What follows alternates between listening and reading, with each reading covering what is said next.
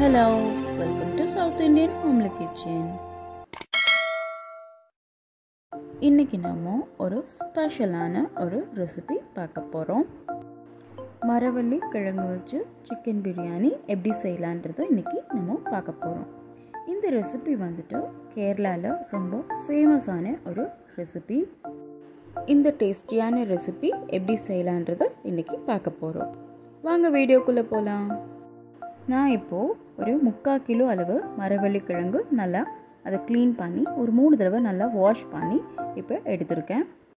ஒரு பாத்திரத்தில் மரவள்ளி கிழங்கு வேக வைக்கிற அளவுக்கு நம்ம தண்ணி எடுத்துட்டு அது ஓரளவு சூடானதும் ஒரு மீடியம் சைஸில் கட் பண்ண இந்த மரவள்ளி கிழங்கு ஓரளவு சூடாகிருக்கு இந்த தண்ணியில் நம்ம போட்டுடலாம்.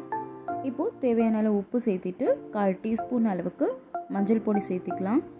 சேர்த்து இதை நல்லா கலந்து விட்டுருங்க. இப்போது நம்ம இதை க்ளோஸ் பண்ணிவிட்டு ஒரு மீடியம் ஃப்ளேமில் வச்சு ஒரு 10லேருந்து 15 நிமிஷம் வரைக்கும் இதை குக் பண்ணி எடுத்துக்கலாம். பாருங்கள், இப்போ நல்லாவே வெந்துருச்சு. இப்போது இந்த எக்ஸஸாக இருக்க தண்ணியெல்லாம் நம்ம ட்ரைன் பண்ணி எடுத்துக்கலாம். பாருங்கள், நல்லா இந்த அளவுக்கு ட்ரைன் பண்ணி எடுத்து வச்சுருங்க.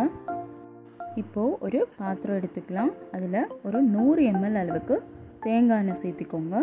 தேங்காய் எண்ணெய் இல்லைன்னா ரீஃபைண்ட் ஆயில் கூட நீங்கள் சேர்த்திக்கலாம். தேங்காய் எண்ணெய் சேர்க்கும் போது நல்லா டேஸ்டியாக இருக்கும். மீடியம் ஃப்ளேமில் வச்சு குக் பண்ணிக்கோங்க. இப்போது இந்த எண்ணெய் சூடானதும் இந்த பெரிய வெங்காயத்தை நம்ம இதில் போட்டுடலாம்.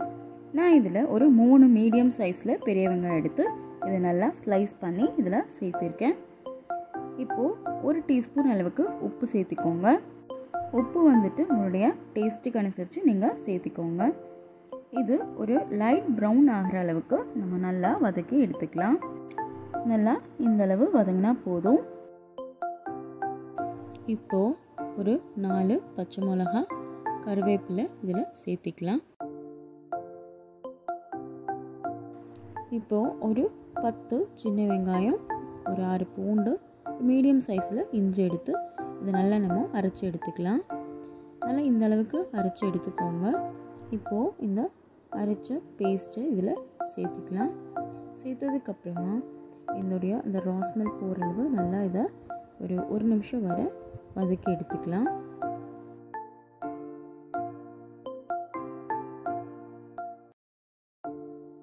ஓரளவுக்கு நல்லா வதங்கினதும் இப்போது இந்த மசாலா நம்ம சேர்த்திக்கலாம். மல்லிப்பொடி ஒரு 3 table spoon, Kashmiri chilli powder ஒரு 2 டேபிள் ஸ்பூன், பிரியாணி மசாலானா ஒரு டேபிள் ஸ்பூன், அப்புறம் மஞ்சள் பொடி ஒரு 1/4 டீஸ்பூன், அப்புறம் சிக்கன் மசாலா ஒரு 2 டேபிள் ஸ்பூன், மிளகு பொடி ஒரு டேபிள் ஸ்பூன் அளவுக்கு நம்ம இப்போது சேர்த்திக்கலாம். காஷ்மீரி சில்லி பவுடர் இருந்தால் நீங்கள் சேர்த்திக்கோங்க. இல்லைன்னா நீங்கள் எப்பயும் யூஸ் பண்ணுற மிளகா பொடி கூட நீங்கள் யூஸ் பண்ணிக்கலாம். ஸோ நீங்கள் அதை நீங்கள் சேர்க்கும்போது ஒரு டேபிள் ஸ்பூன் அளவுக்கு சேர்த்தா போதும். ஏன்னா இந்த மிளகா பொடி கொஞ்சம் உரப்பு ஜாஸ்தியாக இருக்கும். காஷ்மீரி சில்லி பவுடர் நீங்கள் போட்டிங்கன்னா அதில் கொஞ்சம் உரப்பு கொஞ்சம் கம்மியாக இருக்கும். ஆனால் கலர்ஃபுல்லாக உங்களுக்கு தெரியும். சரி, இப்போது நல்லா இதை நம்ம வதக்கி எடுத்துக்கலாம். மசாலா நல்லா வதங்கி இப்படி வரும்போது அந்த ஆயில் எல்லாம் செப்ரேட்டாக வரும். ஸோ அந்த நேரத்தில் நம்ம தக்காளி இதில் ஆட் பண்ணிக்கலாம். நான் இதில் ஒரு 2 தக்காளி எடுத்திருக்கேன். ஸோ அதை நல்லா நீங்கள் கட் பண்ணி இந்த மாதிரி சேர்த்துக்கோங்க. இப்போது தக்காளி நல்லா நம்ம வதக்கி எடுத்துக்கலாம். ஒரு 2 நிமிஷம் வரைக்கும் ஒரு மீடியம் டு ஹை ஃப்ளேமில் வச்சு இதை நல்லா வதக்கி எடுத்துக்கோங்க. ஸோ தக்காளி நல்லா மேஷ் ஆகி வரணும். பாருங்கள், இந்த அளவுக்கு நல்லா மேஷ் ஆகி வரணும்.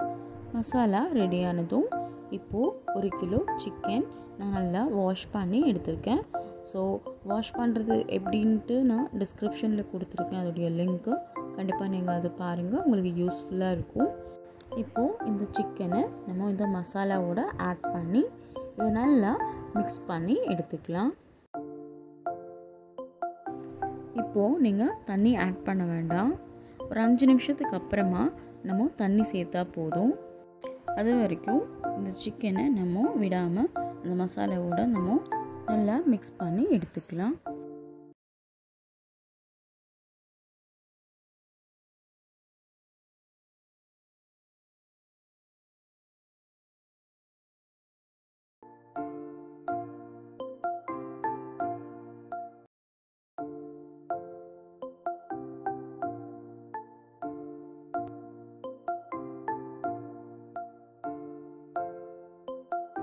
ஆயில் நல்லா இந்த அளவுக்கு செப்பரேட் ஆகி வரும்போது நம்ம ஒரு கப் அளவுக்கு தண்ணி சேர்த்திக்கலாம்.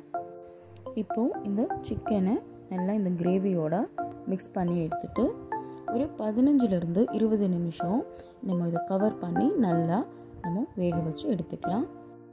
ஒரு மீடியம் ஃப்ளேம்லேயே வச்சு நம்ம குக் பண்ணி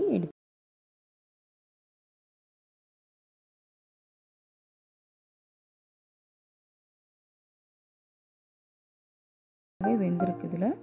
ஸோ இந்த அளவுக்கு நல்லா சிக்கன் வெந்ததும் இந்த கிரேவி இன்னும் கொஞ்சம் திக்காகிறதுக்கு மீடியம் டு ஹை ஃப்ளேம்லேயே வச்சுக்கோங்க.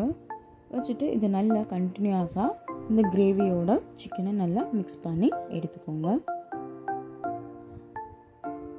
ஸோ கிரேவி நல்லா திக்காகிடுச்சு. ஸோ இந்த அளவுக்கு கிரேவி நல்லா திக்கானதும் இப்போ நம்ம பாயில் பண்ணி வச்சுருக்க இந்த மரவள்ளி கிழங்கு இந்த சிக்கனில் நம்ம ஆட் பண்ணிக்கலாம்.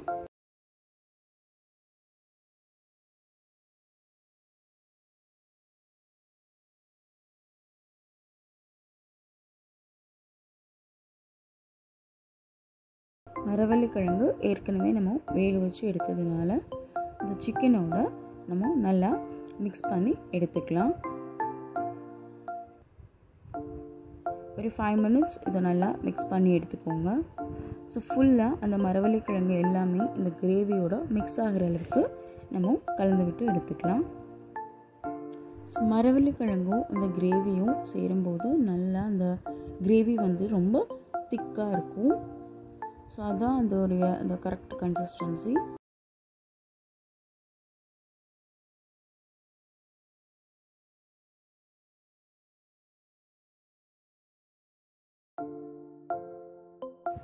நல்லா இந்த அளவுக்கு மிக்ஸ் ஆனதும் இப்போது லாஸ்ட்டாக நம்ம மல்லி இலையும் புதினா இலையும் இதில் நல்லா சாப் பண்ணி சேர்த்திக்கலாம்.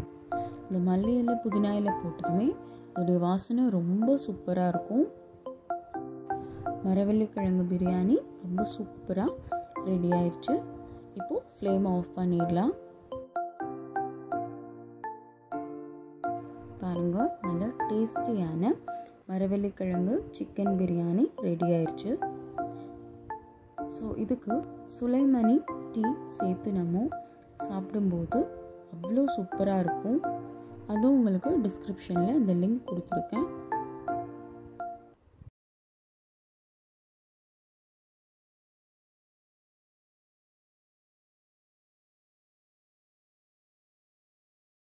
சாப்பிடும்போது அவ்வளோ சுவையாக இருக்கும்.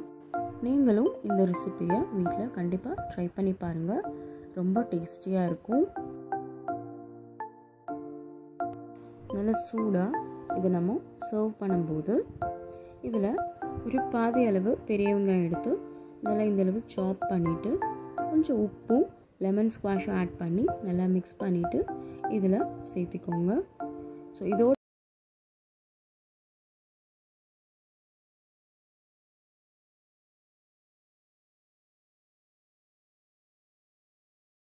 நீங்கள் உங்களுடைய ஃப்ரெண்ட்ஸ் ரிலேட்டிவ்ஸ்க்கு நீங்கள் ஷேர் பண்ணுங்கள். சப்ஸ்கிரைப் பண்ணாதவங்க நம்ம சேனலை சப்ஸ்கிரைப் பண்ணுங்கள். தேங்க்ஸ் ஃபார் வாட்சிங்.